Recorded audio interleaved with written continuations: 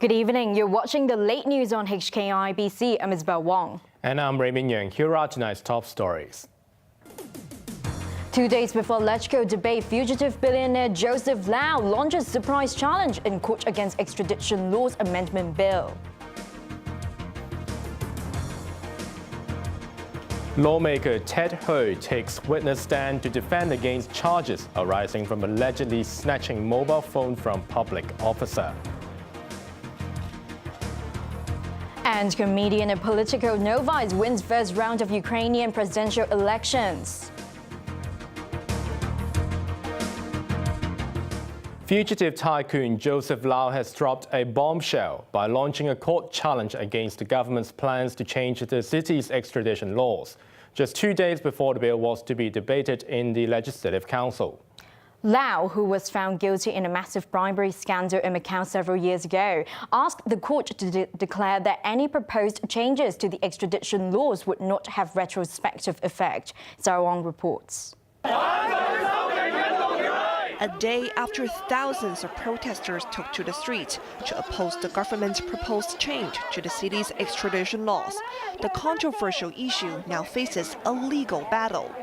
In an unprecedented move, fugitive tycoon Joseph Lau applied for a judicial review just 2 days before the first reading of the amendment bill in the Legislative Council.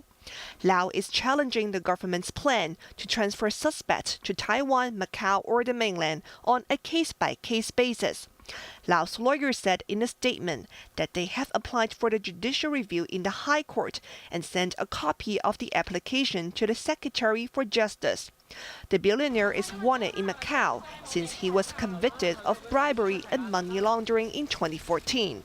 Lau and his business associate Stephen Lo were found guilty of giving a $20 million bribe in a land deal to Macau's former public works chief Raymond Yeung. Lau was sentenced in absentia to 5 years and 3 months in jail. He did not attend the trial in Macau, citing health concerns. Since there's no extradition agreement between the two special administrative regions, Lau has never served his sentence.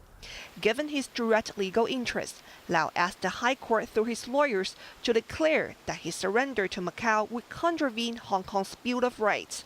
He also asked the court to rule that any change to the extradition laws would not have a retrospective effect. Some lawmakers have questioned whether the court should step in before the amendment bill is passed into law. Sarah Wong, HKIBC. Prior to Joseph Lau's court challenge, Chief Executive Carrie Lam rejected withdrawing the amendment bill from the Legislative Council. She was responding to yesterday's rally against the proposal.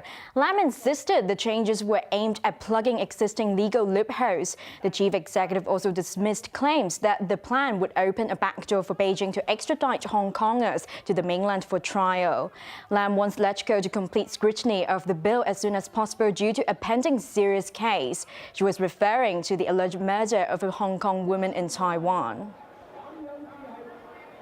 Pro-democracy lawmaker Ted Hui took the witness stand today to defend himself against charges stemming from an incident where he allegedly snatched a mobile phone from a public officer.